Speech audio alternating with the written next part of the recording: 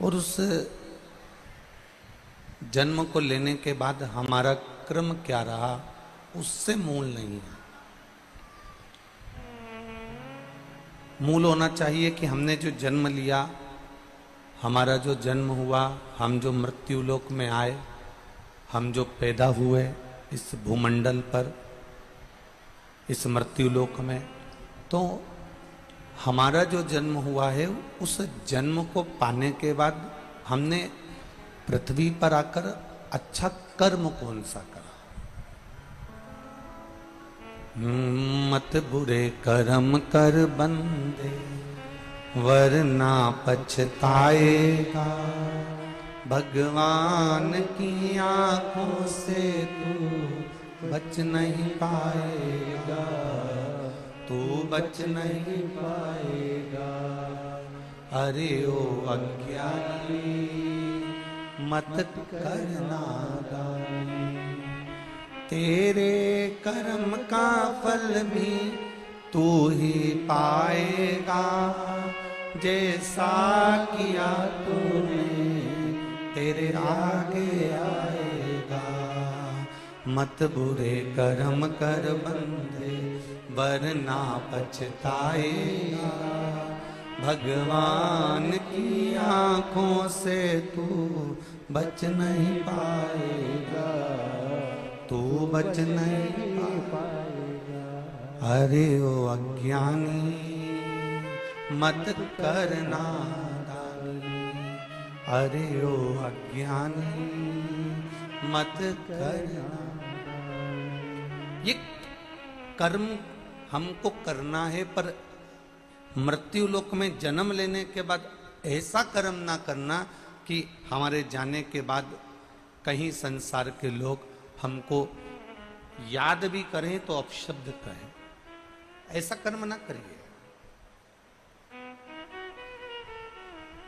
कितने बड़े बड़े दानी हुए, कितने बड़े बड़े धर्मात्मा हुए, कितने बड़े बड़े सत्कर्मी हुए।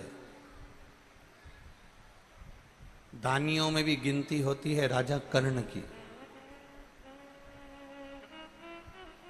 एक गिनती राजा कर्ण की हो रही है। अर्जुन को एक बार क्रोध आ गया। अर्जुन ने कहा बताओ, मैं भी तो इतना दान करता हूं, मैं भी तो इतना पुण्य करता हूं, मैं भी इतना सत्कर्म करता हूं, फिर दानियों में मेरा नाम क्यों नहीं आता, राजा कर्ण का नाम क्यों आता है?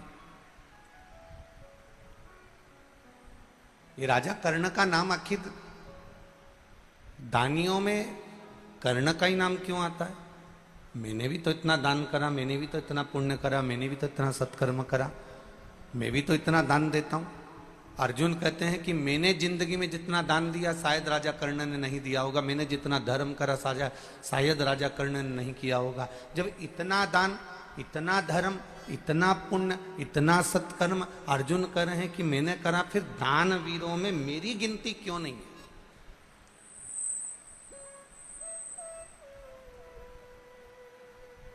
कोई जरूरी नहीं है कि आप गाय को रोटी दान दे रहे हो तो तुम्हारी दान वीरों में गिनती होगी।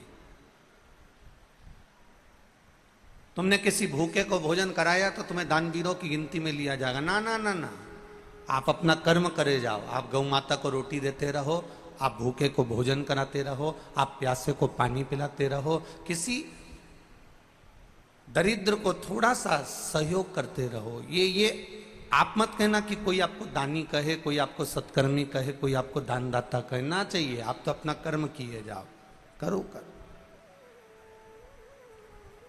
राजा कर्ण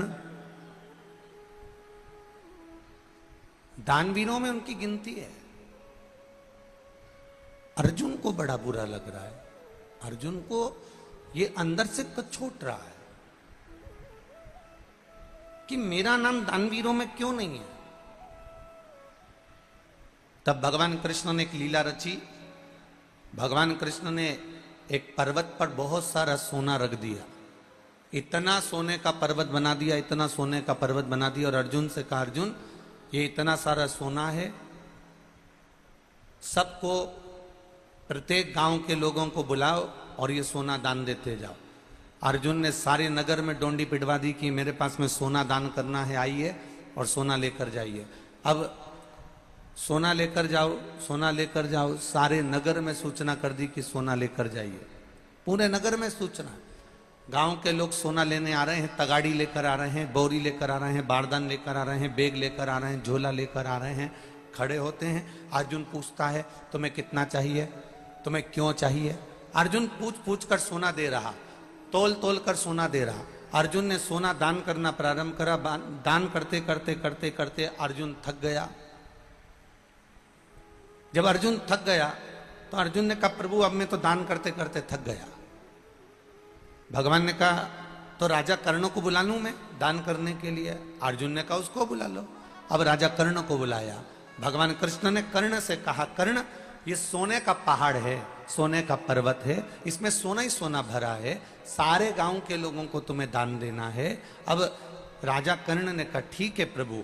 राजा कर्ण ने सारे नगर में डोंडी पिटवा दी कि मुझे सोना दान करना है। सब गांव के लोग आ गए और आते से राजा कर्ण ने कहा कि ये सोना पर्वत का पूरा पड़ा हुआ है, जिसको जितना लगे उतना लेकर चले जाओ। और कर्ण ने वहां हाथ जोड़कर बैठ गया।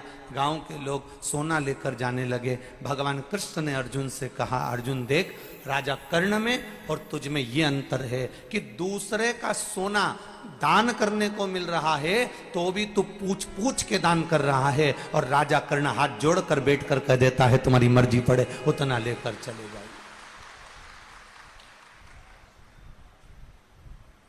आपकी जितनी मर्जी उतना लेकर चले जाओ, आपको जितना लगता हो उतना लेकर चले जाओ, आपको जितना लग रहा है आप उतना लेकर पहुंच जाओ। कई लोग ऐसे होते हैं मंदिर में प्रसाद बांट रहे हैं, प्रसाद भी मंदिर का, चिरौंजी भी मंदिर की, खोपरा शक्कर भी मंदिर का, सामान भी मंदिर का, उसके बाद भी दानदाता ने दान दिया, मंदिर में प्रसाद दिया, और बांटने वाला भी जब भी बांटने खड़ा होता है तो ये विचार कर कर बांटता है इतना सारा क्यों दूं तुझको, चल ये लेकर जा। अपना आया तो थोड़ा ज्यादा दे दिया और पराया आया तो थोड़ा कम दे दिया। यहां शिव महापुराण की कथा कर रही है। जब दानवीरों में गणना हुई राजा कर्ण की दानवीरों में गणना होने का कारण केवल इतना सा था कि राजा कर्ण जब भी दान करता था ये सोचकर दान नहीं करता था कि ये मेरा है। राजा कर्ण दान करता था तो ये सोचकर करता था कि वो पूर्वजों ने दिया है और परमात्मा ने दिया है तो मैं दान क्यों ना करूं, ये सोचकर दान करता था।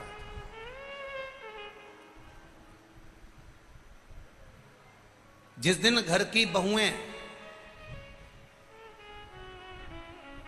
घर के लोगों को भोजन कराते समय, घर के सास ससुर को भोजन कराते समय, माता पिता को भोजन कराते समय, घर के देवर जेठ को भोजन कराते समय, घर के प्रत्येक व्यक्ति को भोजन कराते समय जिस दिन घर की बहू ये जान जाए कि ये भोजन करने वाला मेरा देवर नहीं, ये भोजन करने वाला मेरा जेठ नहीं, ये भोजन करने वाले मेरे सास नहीं, ये भोजन करने वाला मेरा ससुर नहीं, ये भोजन करने वाला तो मेरा देव अधिदेव महादेव है, ये जानकर जिस दिन भोजन कराए तो उस दिन भोजन का स्वाद बढ़ जाता है,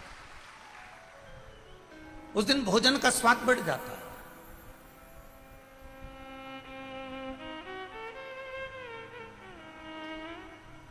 जरा विचार करिए, पहले के नियम को जरा उठाकर देखिएगा, थोड़े से पहले के नियम को उठाइए।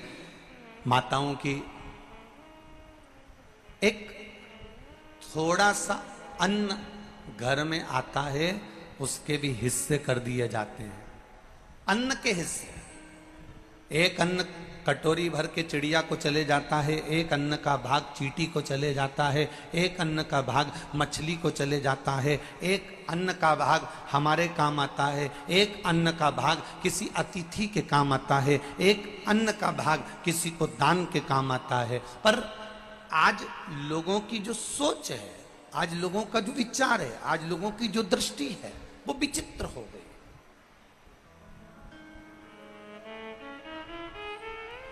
वो स्वयं के लिए ढूंढ रहा है, वो स्वयं के लिए पाना चाहता है।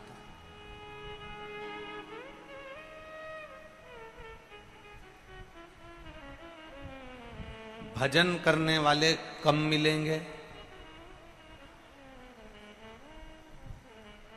हम तो दूसरे की क्या कहें, हम अपनी भी बात करें। अगर आज के जमाने के नए नवयुवक ब्राह्मणों के बच्चों से कहा जाए कि तुम गुरुकुल जाओ, विद्या अध्ययन करो, वेद पुराण शास्त्र पढ़ो, जाओ यज्ञोपवीत धारण करो, मस्तक पर चोटी धारण करो, माथे पर तिलक लगाओ, जाओ गुरु के दरवाजे पर जाओ और थोड़ी विद्या अध्ययन करो। तो आज के जमाने के नवयुवक बच्चे कहते हैं पिताजी कि हम कर लें, मना नहीं है, काका जी हम कर लें, मना नहीं है। पर दिक्कत केवल इतनी सी है, दिक्कत केवल एक बात की है, ये नवयुवक बच्चे संस्कृत पढ़ने को तैयार हैं, ये नवयुवक बच्चे पूजन करने को तैयार हैं, ये नवयुवक बच्चे मंदिर में सेवा करने को तैयार हैं, ये नवयुवक बच्चे भगवान का गुणगान करने को तैयार हैं। पर कारण केवल एक पड़ता है कि ये नवयुवक बच्चे जब सत्कर्म की ओर, धर्म की ओर अग्रण्य होते हैं तो कुछ लोग अपने ही ऐसे होते हैं जो इन बच्चों को, सत्कर्म करने वाले बच्चों को बार बार टॉर्चर करते हैं, हंसते हैं, उपहास करते हैं, जिसके कारण ये बच्चे उस सत्कर्म की लाइन को ना पकड़कर कहीं गलत लाइन की ओर चले जाते हैं। फिर हमको दुख होता है कि ये क्यों हो गया, किस कारण हो गया, कारण क्या बन गया, फिर हमको दुख होता है।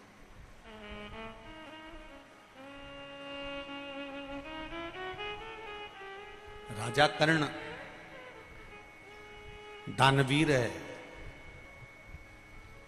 राजा हरिश्चंद्र दानवीर हैं,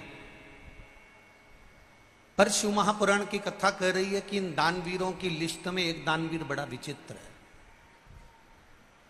जिसकी बराबरी दुनिया का कोई दानवीर नहीं कर सका।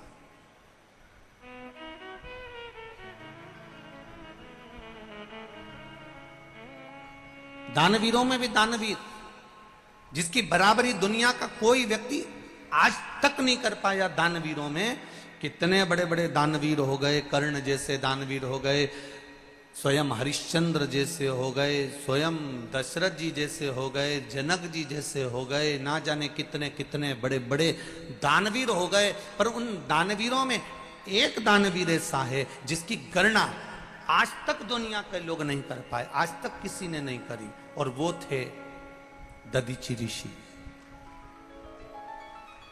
केवल एक, क्या नाम है उनका, जम के बोलो जरा, दधीचि ऋषि। दानवीरों में केवल एक दानवीर इतने प्रबल थे, दधीचि ऋषि। दुनिया के लोगों ने जो दान दिया दिया, दुनिया के लोगों ने जो धन दिया दिया, दुनिया के लोगों ने जो वस्त्र दिया दिया, दुनिया के लोगों ने जो आभूषण दिया दिया, पर दधीचि ऋषि एक ऐसे दानवीर थे जिनके सामने सारे देवता आकर खड़े हुए हैं और जो हाथ जोड़कर कह रहे हैं कि वत्रासुर का अंत करना है और आपके शरीर की हड्डियां चाहिए, शरीर की अस्थियां चाहिए।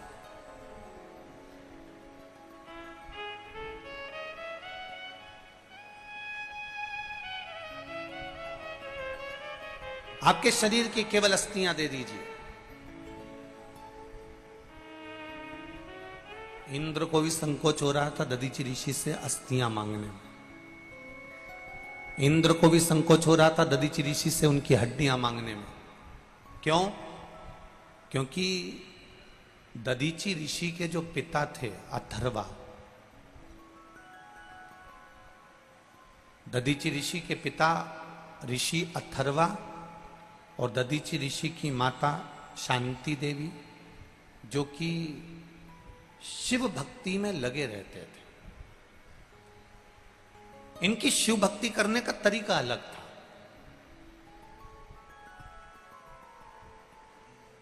इनकी शिव भक्ति का तरीका बिल्कुल अलग। क्या तरीका था ऋषि अथर्व की शिव भक्ति का? जहां पर बेलपत्री का पौधा मिलता था, जहां बेलपत्री का वृक्ष मिलता था, उस बेलपत्री के वृक्ष के पास मिट्टी की क्यारी बनाते थे।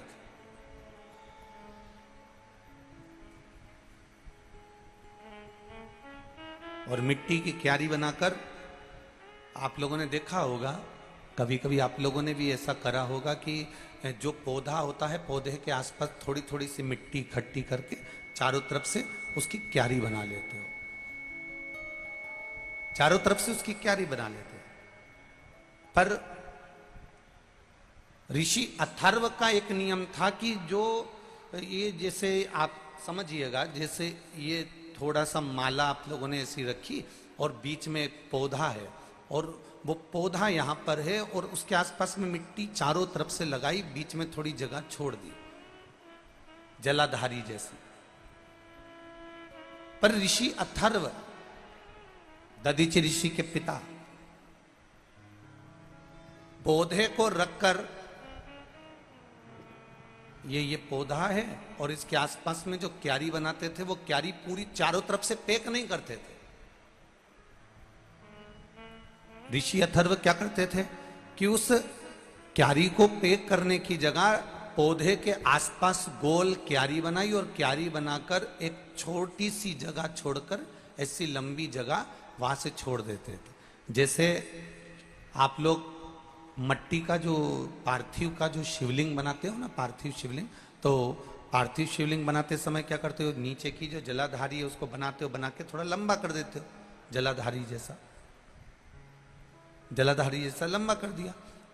तो दधीचि ऋषि के पिता ऋषि अथर्व जलाधारी की जैसे ही आकृति बनाते थे, बेलपत्री के पेड़ के आसपास, जहां बेलपत्री का पौधा होता था, जहां बेलपत्री का वृक्ष होता था, जहां बेलपत्री का पेड़ लगा होता था, उसके आसपास क्यारी बनाकर थोड़ी सी जगह छोड़ देते थे।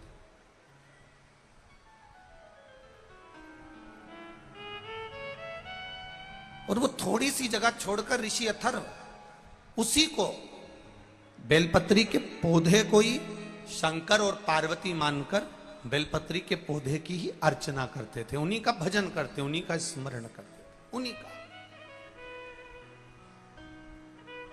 अभी परसों की कथा में आप लोगों से कहा था, स्मरण होगा आप लोगों को, कि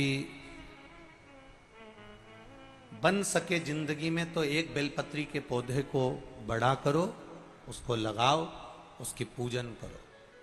अब इसको आप समझ लेना जरा, दधीचि ऋषि के पिता ऋषि अथर्व की कथा को थोड़ा सा ध्यान में उतारिएगा। और जिसने अपनी जिंदगी में एक बार अगर ऋषि अथर्व की कथा को समझ लिया, समझ लो उसको शिव भक्ति का एक आनंद सुख प्राप्त हो गया।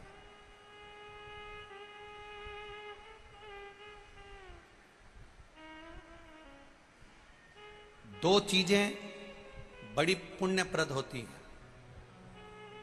एक किसी वृक्ष के आसपास क्यारी बनाकर उसमें जल देना, दूसरा घर में अगर तुलसी का पौधा है, तुलसी का पौधा अगर घर के अंदर विराजमान है, तो उस तुलसी के पौधे को जब बहुत तेज गर्मी पड़े, बहुत तेज धूप पड़े, बहुत तेज गर्मी पड़ने लगे, तो उस तुलसी के पौधे को कोई वस्त्र से या कोई छांव की जगह पर या ठंडी जगह पर उसको ले जाकर रखना। ये दोनों चीजें बड़ी पुण्यप्रद होती हैं, दोनों पुण्यवान होती हैं।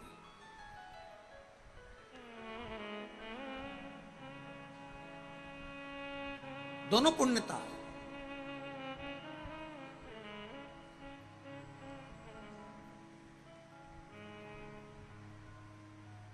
शिव कथा कह रही है, ऋषि अथर्व बेलपत्री के पौधे को ही शिव मानते थे और बेलपत्री के पौधे को ही पार्वती मानते थे। बेलपत्री के पौधे में ही गणेश जी का दर्शन करते थे, बेलपत्री के पौधे में ही कार्तिक का दर्शन करते थे, बेलपत्री के पौधे में ही वो अशोक सुंदरी का दर्शन करते थे, बेलपत्री के पौधे में ही जया, विषहरा, शामली बारी, दौतली और देव, इन 5 कन्या का भी दर्शन वो बेलपत्री के पौधे में करते थे।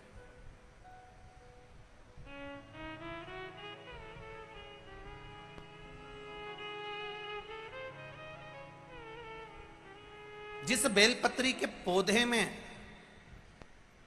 जिस बेलपत्री की पत्ती में कीड़े द्वारा छेद कर दिया जाता था, कीड़े द्वारा छेद कर दिया जाता था, उस बेलपत्री के पौधे के पास में ऋषि अथर्व सुंदर क्यारी बनाकर उसकी पूजन करना प्रारंभ कर देते, और इतनी पूजन ऋषि अथर्व करते थे, इतनी पूजन करते थे, इतनी आराधना करते थे कि उस बेलपत्री के पौधे में जितने कीड़े लगे हुए थे वो भी भगवान की भक्ति में डूब जाते थे, और कीड़े उस बेलपत्री के वृक्ष को छोड़कर दूसरे वृक्ष की ओर चले जाते थे। इतना भक्ति का बल बढ़ जाता था।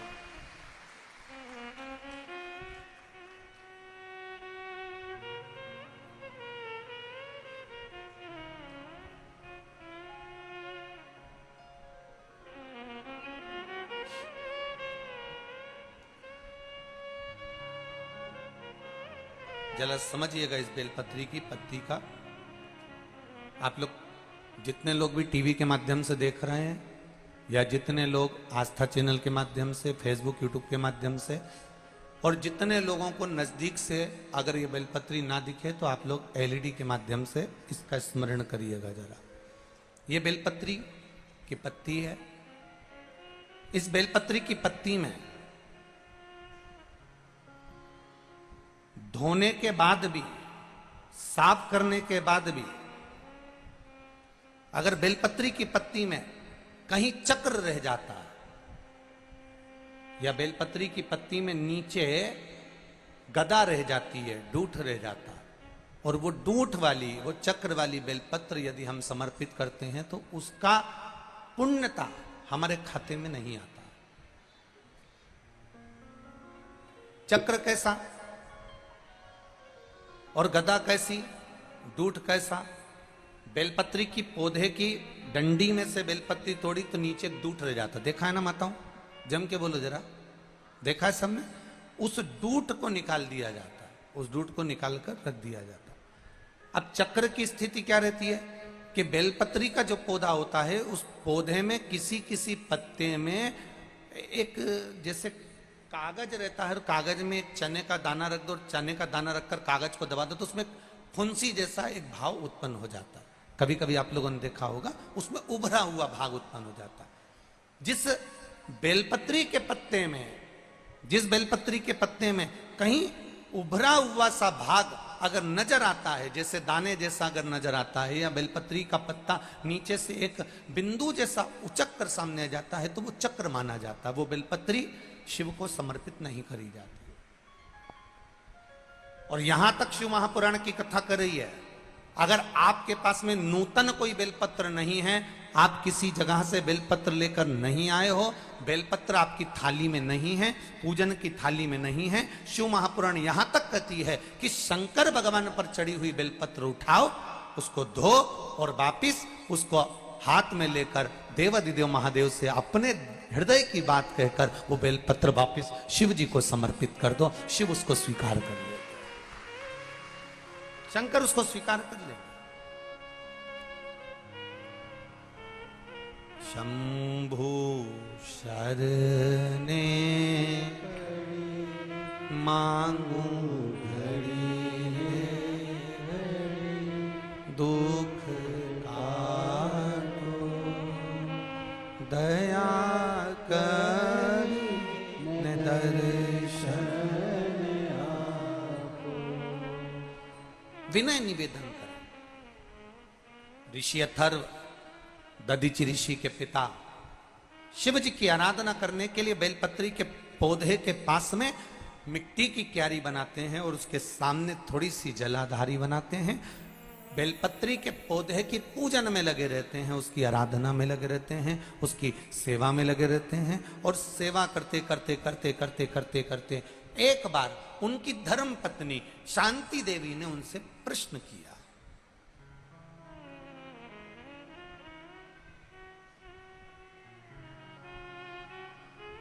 कितनी सुंदर बात।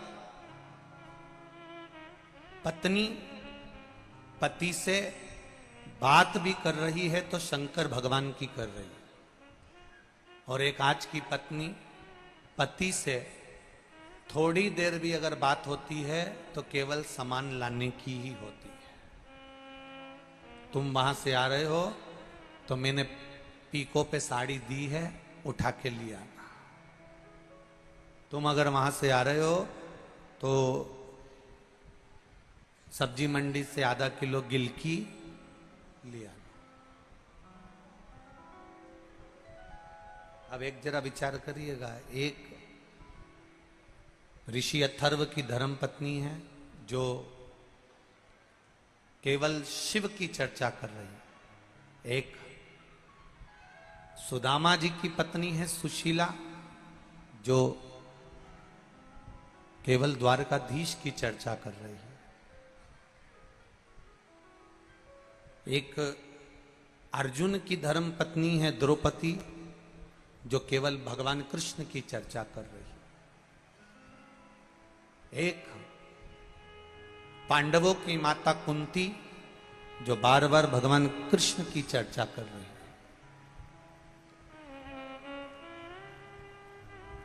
संपूर्ण विश्व में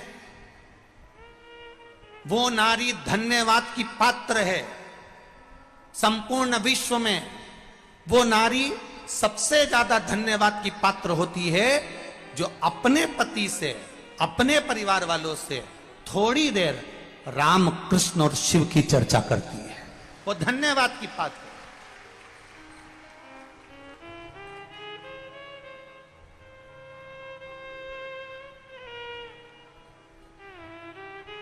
और मेरा विश्वास कहता है, बेटमा में ये लाखों की संख्या में जो भक्त आए हैं, आप लोग लाखों की संख्या में यहां पहुंचे हो, तो ये मेरा विश्वास कहता है कि जितने लोग ये देपालपुर, बेटमा, इंदौर क्षेत्र के हैं, ये मेरा विश्वास कहता है प्रत्येक घर में चाहे बहू हो, सास हो, ननंद हो, बेटी हो, दामाद हो, जो भी घर में होगा, मेरा विश्वास कहता है कि आपके घर में प्रतिदिन भले एक बार बात निकले पर शंकर भगवान की बात जरूर निकलती है, ये निश्चितता, ये मेरा विश्वास कहता है, ये मेरा भरोसा कहता है, ये मेरी दृढ़ता कहता है।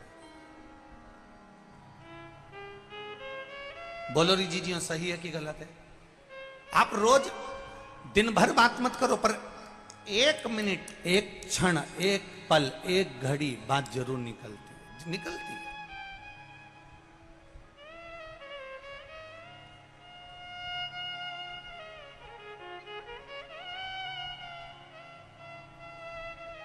और हम तो हमेशा कहते आए, आज फिर कह रहे हैं, जितनी भी माताएं कथा सुनने के लिए आए, जितनी भी माताएं कथा श्रवण करने के लिए आए, उनसे निवेदन है कि प्रयास करा करो कि अपने घर के पुरुष को भी एक लोटा जल हाथ में देकर शिव मंदिर भेजने का प्रयास करा करो। कारण दिन भर दुकान पर बैठकर वो कमाता है, दिन भर व्यापार वो करता है, दिन भर व्यापार करता है, दिन भर बैठकर कमाता है। सुबह 8-8 बजे से 9-9 बजे से लेकर 12-12, 1-1 बजे तक वो व्यापार करता है। प्रेशर बढ़ल बा। सुबह 8-8 बजे से लेकर 11-11, 12-12 बजे तक वो कार्य करता है। प्रत्येक घर की माता का एक नियम होना चाहिए कि अपने पति से कहे कि 5 मिनट शंकर जी के मंदिर चले जाओ, जो तुम्हारे घर के पास में मंदिर है, जो तुम्हारे घर के करीब में मंदिर है, उसमें जाओ, एक लोटा जल चढ़ाकर। पति पूछेगा क्यों? तू जा तो रही है, तू चढ़ा तो रही है, क्या तेरे जल चढ़ाने से क्या मुझे फल नहीं मिलेगा? पत्नी हाथ जोड़कर कह देना, मैं भोजन करूंगी तो मेरा पेट भराएगा और तुम भोजन करोगे तो तुम्हारा पेट भराएगा, ये तुम्हारे लिए। पत्नी कमाने नहीं जाती, पति कमाने जाता है तो झूठ भी उसको बोलना पड़ता है, बेईमानी भी उसको करना पड़ता है, 1 रुपए का 2 रुपया भी उसको करना पड़ता, छल भी उसको करना पड़ता, कपट भी उसको करना पड़ता। पति की कमाई का, पति की जायदाद का हिस्सेदार पत्नी भी होगी, बेटा भी होगा, पर पति ने जो कर्म करा है उस कर्म का हिस्सेदार कोई नहीं होगा, केवल उस अकेले को भोगना पड़ेगा। इसलिए तुम जाओ, एक लोटा जल लेकर जाओ और जल चढ़ाओ। बहुत विडंबनाओं से भरा हुआ ये मानव का देह और मानव का शरीर है, बहुत विडंबनाओं से भरा हुआ है। मानव का देह, मानव का शरीर बड़ी विडंबनाओं से भरा हुआ है।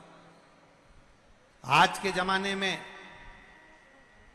भजन करने वाले कम मिलेंगे, नाम जाप करने वाले कम मिलेंगे, स्मरण करने वाले कम मिलेंगे, कीर्तन करने वाले कम मिलेंगे, भगवान की सेवा करने वाले कम मिलेंगे, दिखावा करने वाले ज्यादा मिलेंगे। अब तुम उसको भी जाने दो। अभी अभी तुम देखो कि इतनी गेहूं की फसल चल रही है, कितनी